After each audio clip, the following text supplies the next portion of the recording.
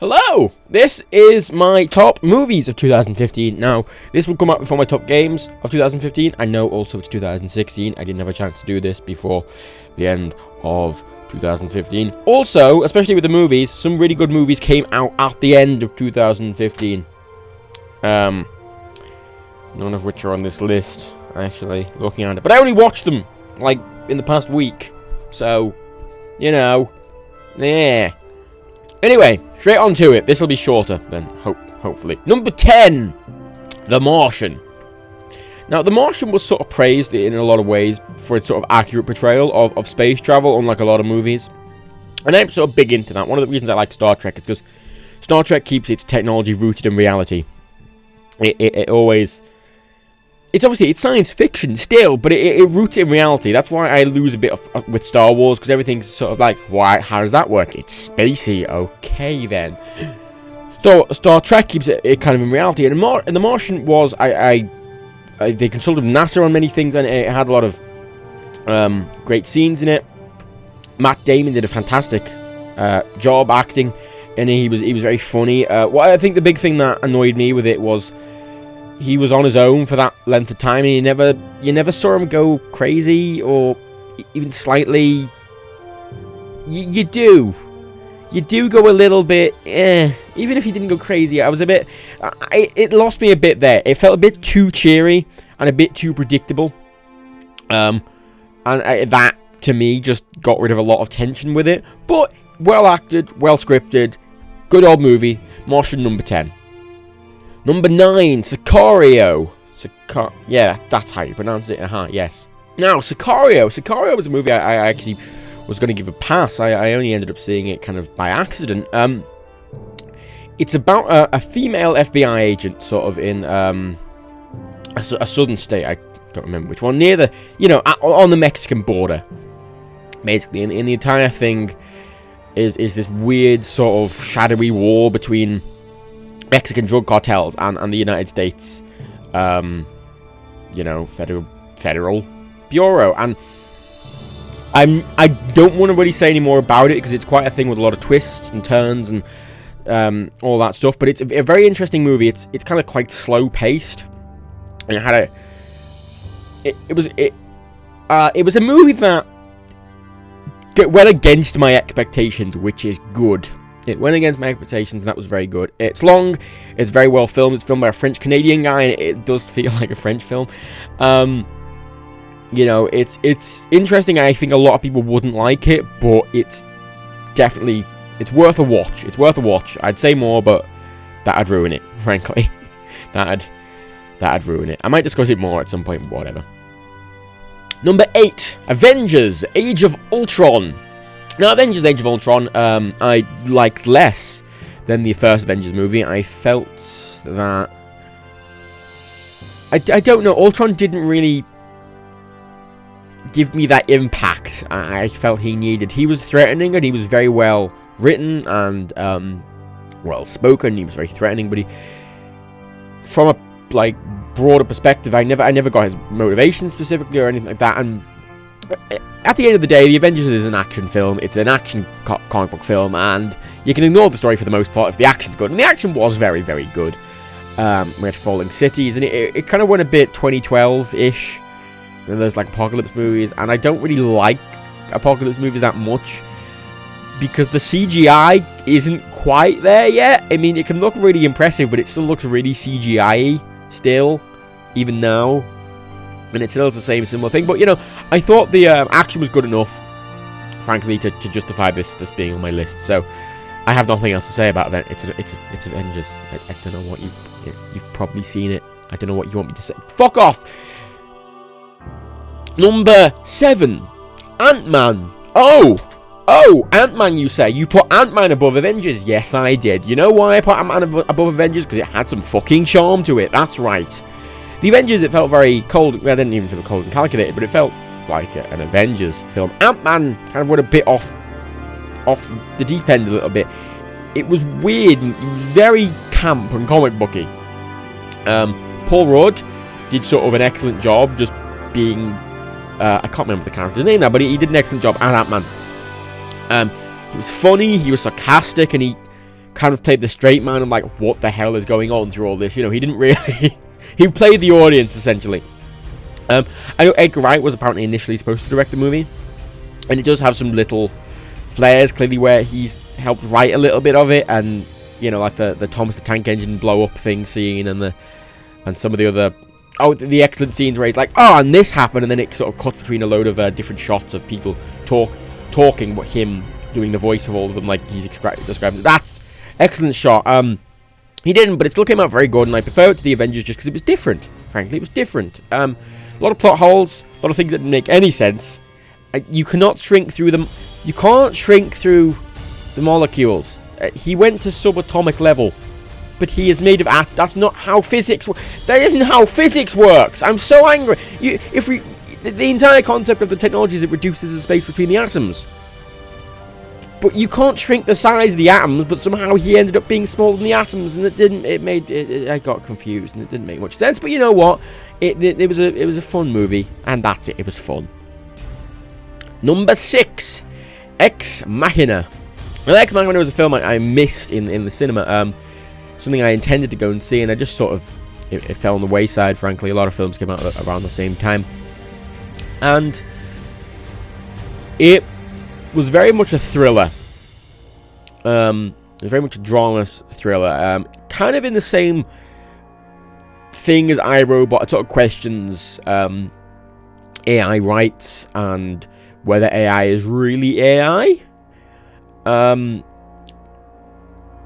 And it does it very well. I think it does it better than any other movie about this thing, because it's very ambiguous in the way it shows off things. It's very... It basically just frames everything to the audience and makes the audience have their own interpretation of it. And I feel that's very interesting for a film especially like this, where you have to figure out what's going on. Much like Sicario, it's better just to go in kind of blind. The concept is essentially a guy from a company, kind of like Google, it's like a Google ripoff, goes to the boss's like house in the middle of a massive, like a 2-hour, helicopter ride in to the thing, like a massive thing, and it's a secret research facility, and he's developing AI there. And it's the question of morality and the question of whether she's really AI, and it's very interesting. I only watched this last night when I'm recording this, but it made enough of an impact on me, and the ending confused me quite a lot, but that was the point of it. And when I read into it more, it was about 4 on my list, and then it went to 9 on my list when it ended, and then went, hang on a second, it's supposed to make me question this stuff, and then it went sort of back up to 6. So it's definitely worth a watch. It's very, it'll make you question a lot of things. It's a movie well worth thinking about. Number 5, Mad Max. Now, Mad Max, unlike most other people on the internet, I do not think it is the best action movie of all time. It's pretty good. I still think Die Hard's better. I'm sorry. But Mad Max was still an excellent piece of cinema. It, story-wise, bored the shit out of me. It was a very unengaging story with some very interesting characters. Furiosa was excellent, and Max was... he was Max, And I didn't really care much about the other characters. The story in itself wasn't that interesting. However, from cinematography, it was great. The direction was great. There was a thing about how it moves your eye naturally from each side of the screen, very naturally. It never feels jarring. It keeps its context. It's very well directed, and the reason it is such a good action movie is because of this perfect direction. It's stuff you don't notice, which makes these things good. And Mad Max just excels massively at it. It's a fantastic spectacle.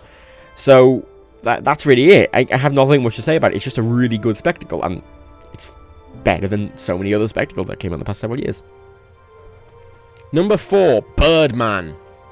Now, Birdman just slightly made it into this. It came out on January 2nd, 2015. I think it actually came out in the States a little earlier, but in the UK, it came out in 2015.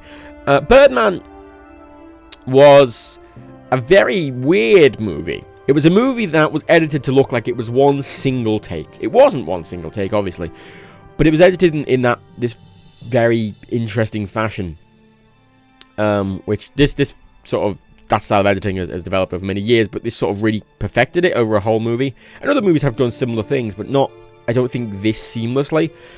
There's one or two cuts in it which I think are a bit too hard. Like, for the most part, it is just, it hides the cuts in, looking at the floor or looking at a wall, but there are one or two cuts where it's like, oh, look, it's a flash of white light, and then you're somewhere else, It does that once or twice, and that annoyed me. But otherwise, it's very interesting. So that was Michael Keaton, who is playing an old guy, an old actor who used to be a superhero, which is literally who Michael Keaton is.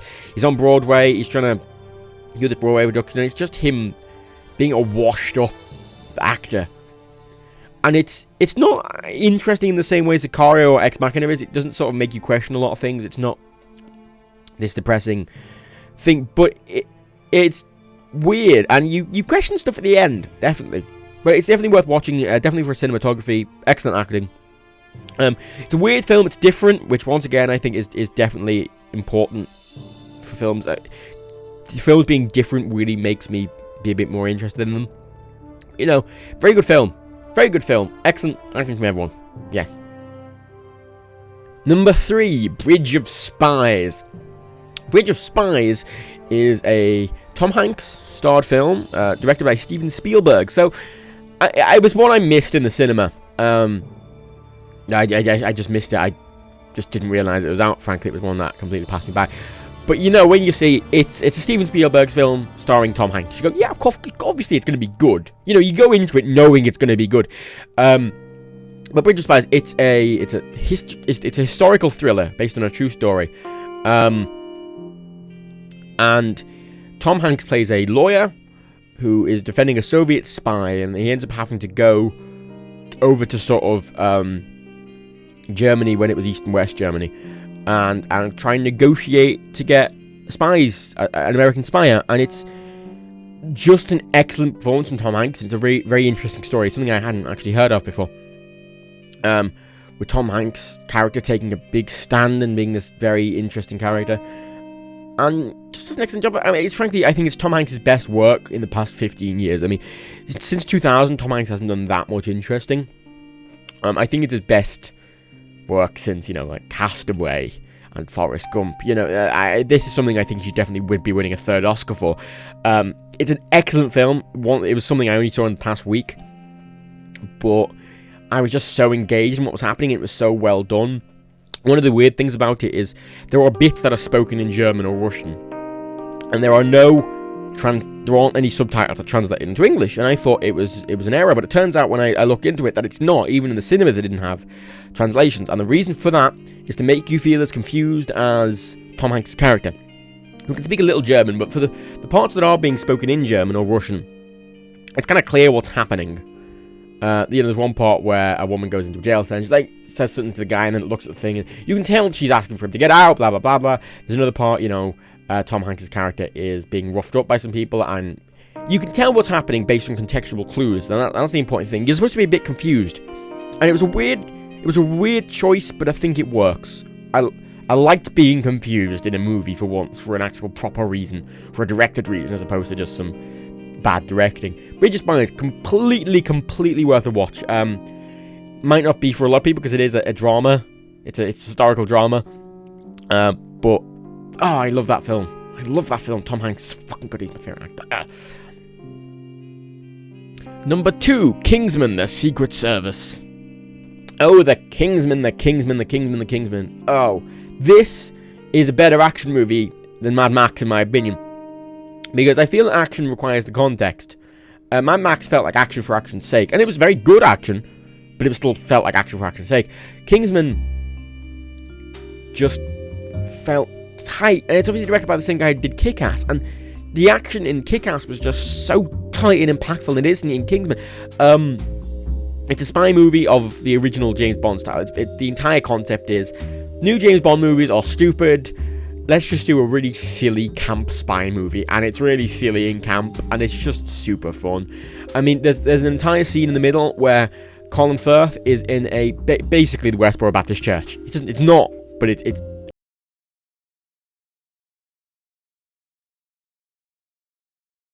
activates some shit which makes them all go really hostile, and he's a secret agent, so Basically, Colin Firth just murders everyone in this church while Freebird plays. It's just the coolest scene. Like, this entire movie, it's ridiculous, and it's just so fun. It goes, oh, it's so much fun. And that's what I find important in movies. Movies that make me question stuff, like Birdman, Ex Machina, Machina, Sicario, they're really important. But for me, I'll take having fun in a movie. I'll prefer having just a load of fun. And I've seen Kingsman several times, and it's still fun even now. I love Kingsman. And last but not least, number 1, Inside Out. Inside Out, you say, Matt, the Pixar children's animated film, you've put that above all the Oscar-nominated films and, like, some of the best action movies of all time? Yes, I did. And let me explain why. Inside Out was a film that I kind of saw that was going to be in cinema. I wanted to see. I really did want to see, and it, once again, it wasn't that passed me by. It was something that every time I sort of had a chance to see it, something else came up, and it just sort of passed me by. I ended up watching it a couple of weeks back, rented it, and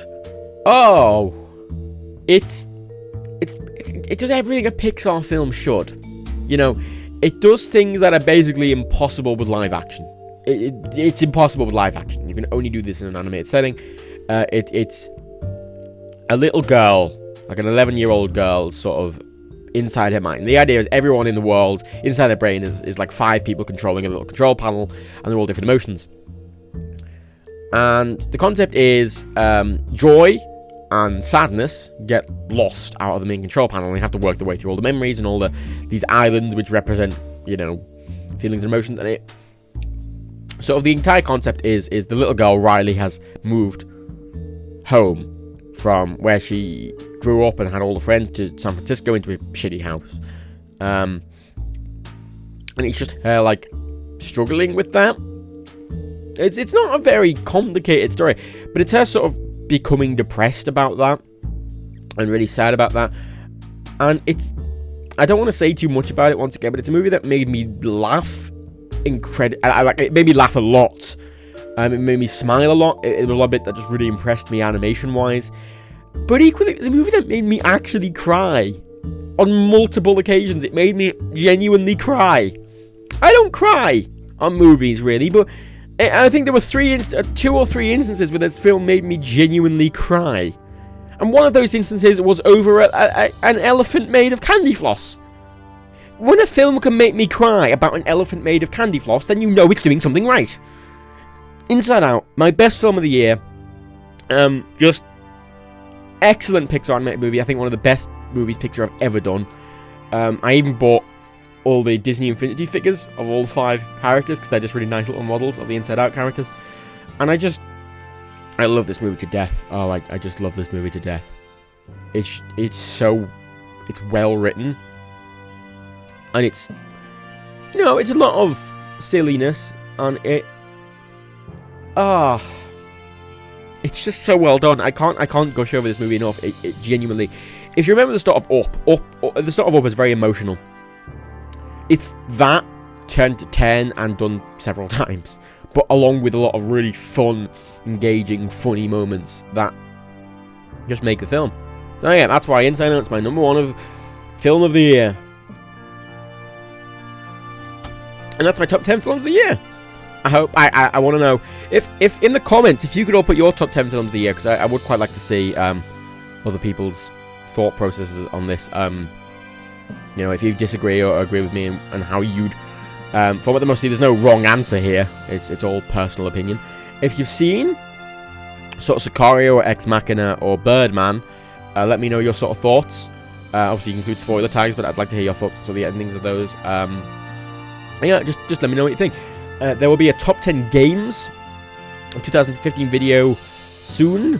It's just, I've been trying to get the Assassin's Creed Syndicate, and just got 3 reviews up. Before I do that, I probably won't now. I'll probably put the top 10 up first, and then the reviews, just because the reviews take a lot longer. But obviously, for the top 10 games, well, I need footage of all of them, and I have to go record that. And unlike this, where I can just grab the trailers, I need to actually record them, which takes time. And I have a job. I'm busy, you know. So, yes. Thanks for watching. Fuck off.